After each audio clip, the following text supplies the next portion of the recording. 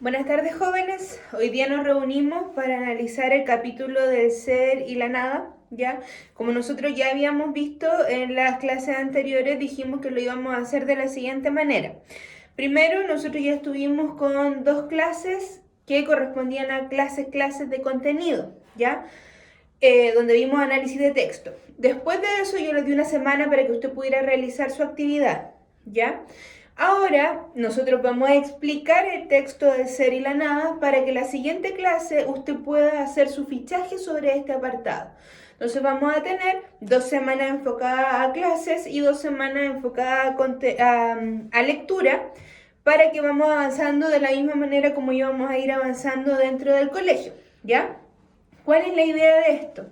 La idea es que, primero, yo no necesito expertos en el texto del ser y la nada, sino más bien que usted logre ir comprendiendo cómo analizar textos filosóficos, ir familiarizándose con los textos filosóficos, porque este es un texto bastante difícil de entender. No me interesa que usted comprenda el contenido de fondo al 100%, por eso lo explicamos y por eso hacemos fichajes y no hacemos una prueba, sino que más bien usted vaya familiarizándose con la lectura de textos filosóficos complejos, ¿ya? Por eso vamos haciendo contenidos y análisis a la vez. Es decir, la próxima clase usted va a tener que hacer su fichaje y la subsiguiente nosotros vamos a retomar el contenido de la clase, que es el análisis de texto. Recordemos que esto lo estábamos haciendo dentro del colegio, hacíamos 2 clases de contenido y el día viernes nos dedicábamos a analizar el texto, ¿ya? El día de hoy nos corresponde el capítulo segundo, que se llama Hacer y Tener.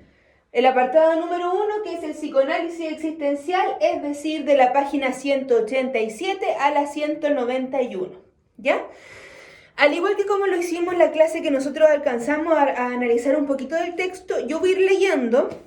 Hice un resumen del texto, son solo 5 páginas, porque como les dije es bastante complejo.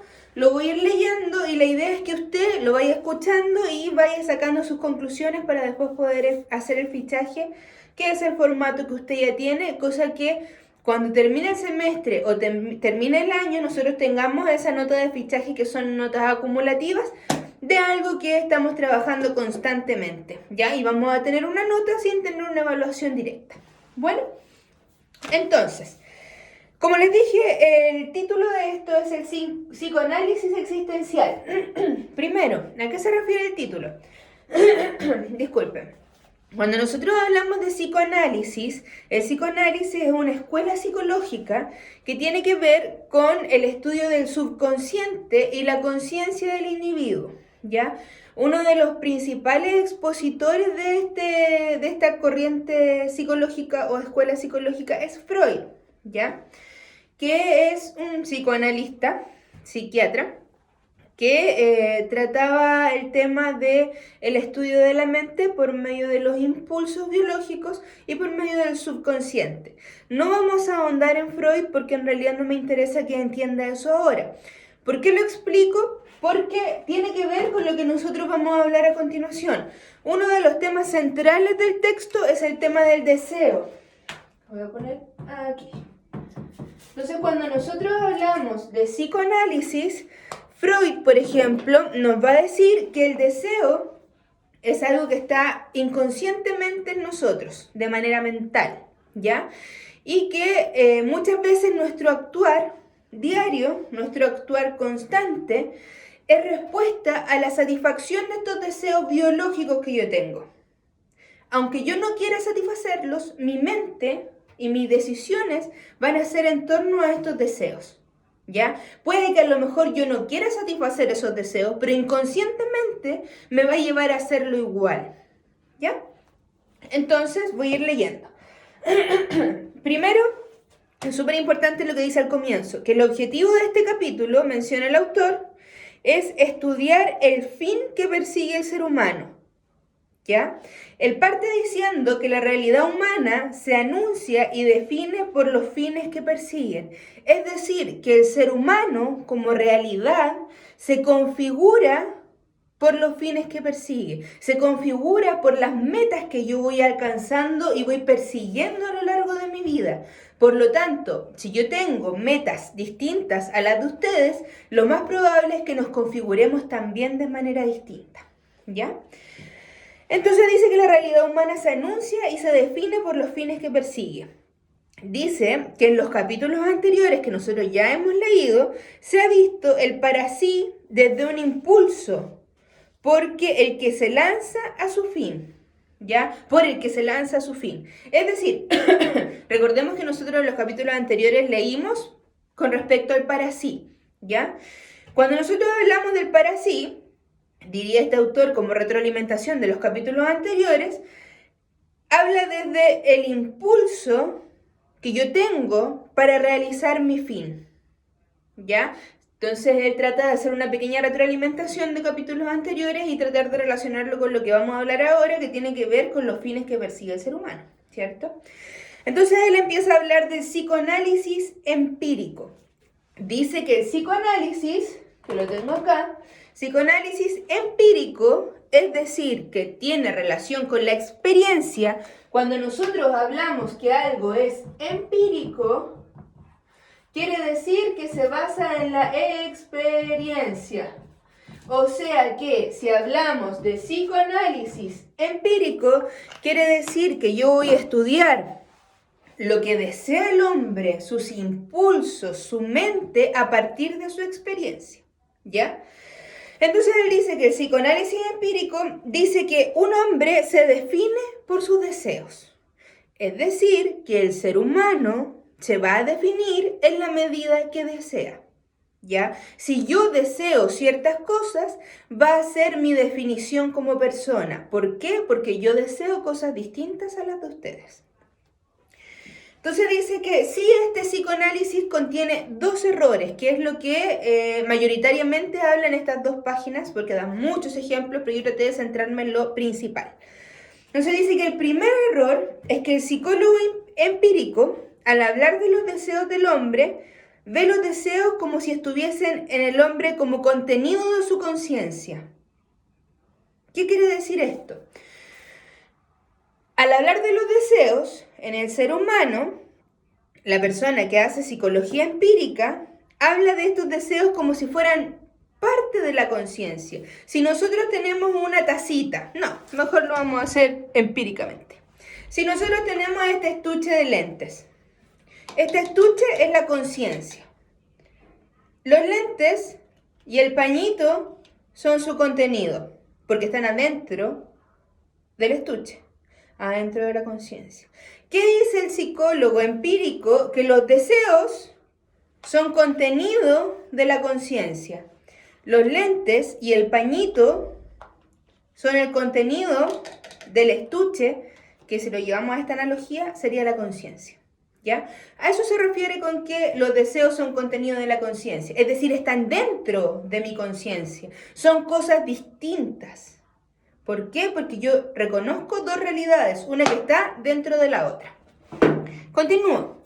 Entonces, el primer error que tiene la psicología empírica, la psiquiatría empírica, el psicoanálisis empírico, es que el psicólogo empírico, al hablar de deseos del hombre, dice que los deseos están en el hombre como contenido de su conciencia, es decir, dentro de ella, ¿ya?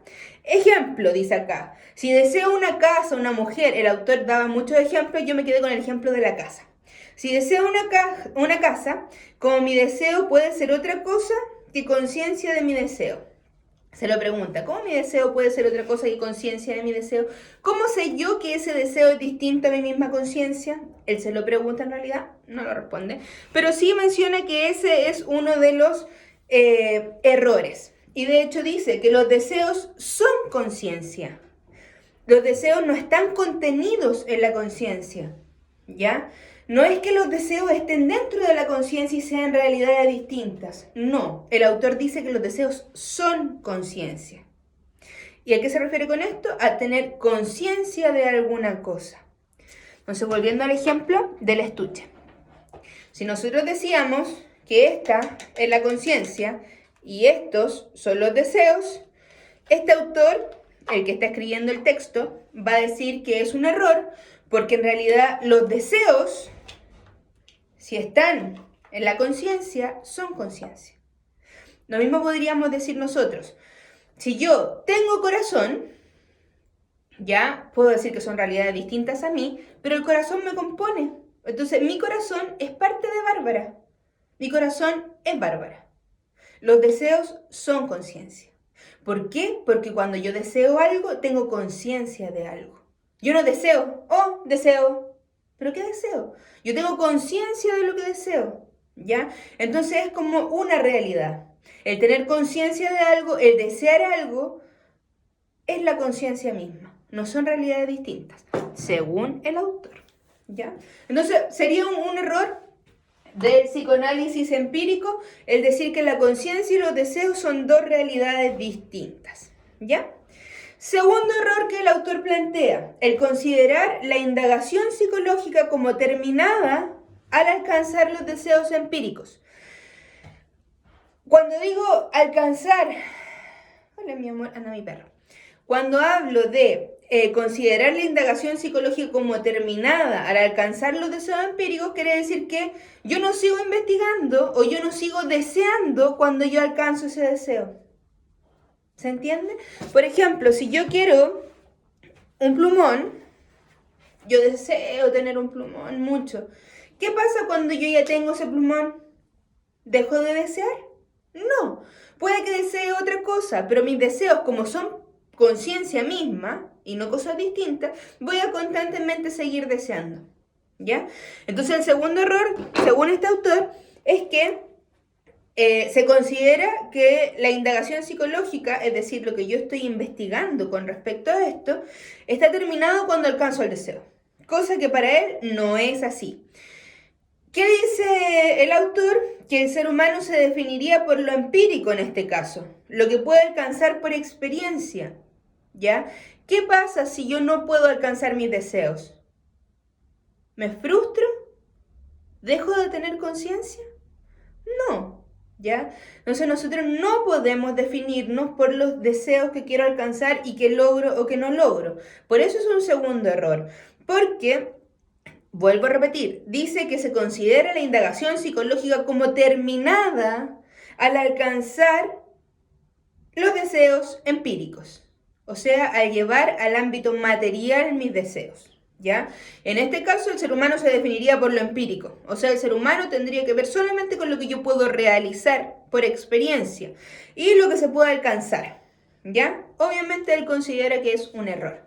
Después de eso se empieza a analizar a un autor que es Flaubert, ¿ya? Que sale una cita de él que dice que reduce la personalidad de un adolescente a los primeros deseos. Obviamente el autor habla sobre los deseos, ¿ya?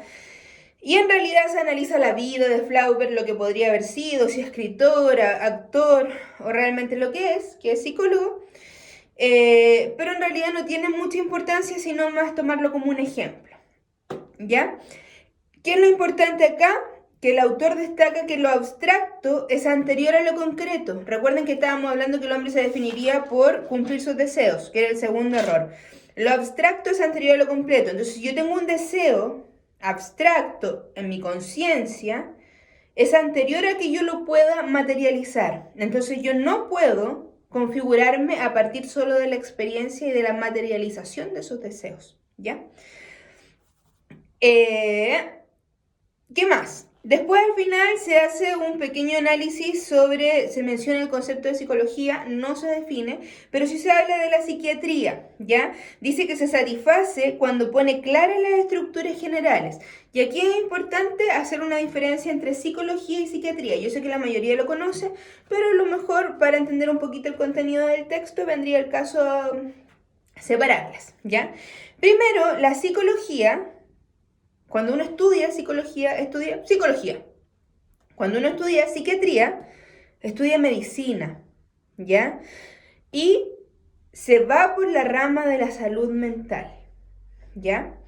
Ambas obviamente estudian la salud mental, pero la psiquiatría va en el ámbito de la medicina. Si va en el ámbito de la medicina, destaca el ámbito biológico, ¿ya? Porque estudia el cuerpo del ser humano. A lo mejor si el cerebro tiene un cambio para dar por qué estamos teniendo un cambio de comportamiento, ¿ya? El tema biológico. Y estudia estructuras generales. Por eso los psiquiatras pueden dar pastillas. ¿Por qué? Porque sabemos que las pastillas son para casos generales. Si yo tengo esquizofrenia, me van a dar una pastilla como para todas las personas que tienen esquizofrenia. ¿Ya? Estudia estructuras generales como la estructura del ser humano, de la composición de su cerebro, etc. ¿Ya?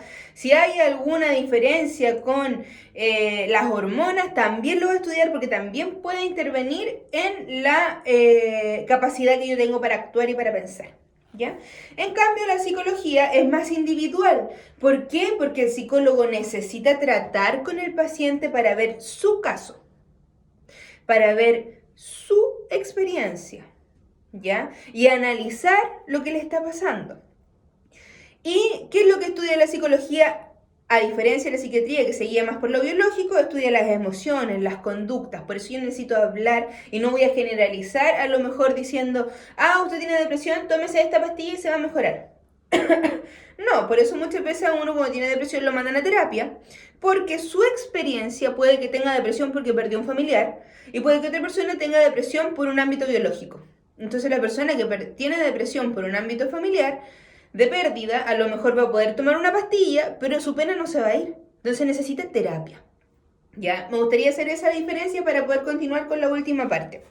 Entonces dice que la psiquiatría se satisface cuando pones claras las estructuras generales. Recuerden que hablábamos de que la psiquiatría ve cosas generales.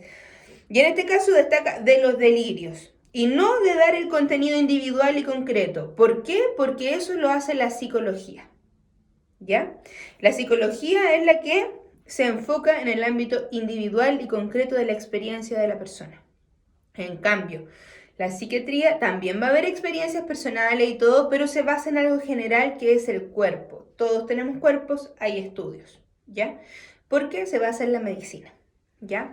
Como yo les decía, y ahí terminan hasta la página 191, me quedé justo antes del ejemplo del fósforo, ¿ya? Porque íbamos a partir después la siguiente sesión. ¿Qué es lo que me importa a mí de acá? Vuelvo a insistir, no se caliente la cabeza buscando información de la psiquiatría empírica y que sea experto. No, me interesa que usted se vaya familiarizando con la lectura de textos filosóficos, ¿ya? Es súper importante, jóvenes, leer los textos. Yo después cuando le haga la retroalimentación de la prueba de las meditaciones metafísicas, se nota mucho cuando alguien lee un resumen, ¿ya? Se nota mucho porque no hay una reflexión al respecto. No saben explicar lo que leyeron. Entonces es súper importante que lea los textos filosóficos. Y usted me podrá decir, profe, pero si esto no sirve. Sirve porque en la PSU, recuerde que la nueva PSU solo se va a basar en comprensión lectora. Todas las PSU tienen textos filosóficos, ¿ya? La idea es que usted no llegue a dar la PSU cuando salga de cuarto medio y se encuentre de frente con un texto de filosofía que no entienda nada, porque nunca en su vida ha leído un texto. Por algo usted está en el lectivo de filosofía, ¿ya? Para que pueda comprender y tenga el lenguaje, tenga la estructura de cómo escriben los filósofos. Esa es la idea, ¿ya? Familiarizarse con los textos, por lo tanto, lea los textos, no ahorre tiempo. Por eso les doy tanto tiempo para hacer estas cosas. Yo sé que es difícil y yo sé que a lo mejor tendría que mandarle una actividad toda la semana. Sé que están llenos de cosas, pero no es la idea, me interesa que lo entienda bien. Por eso una clase explicamos, hacemos una actividad pequeña, la siguiente clase hacemos la actividad grande que es la que ustedes me mandan. Ahora yo les explico, usted lo va a leer en su casa, va a tratar de comprender lo que yo acabo de explicar y la próxima semana usted me va a mandar el fichaje, ¿ya? Cuando yo les mande el correo con este link y con este video va a tener todas las indicaciones de cuándo tiene que entregarlo y el formato que es el mismo de siempre. ¿Ya? Que tengan muy buena semana, cuídense, quédense en sus casitas y saludo a sus familias. Un abrazo. Adiós.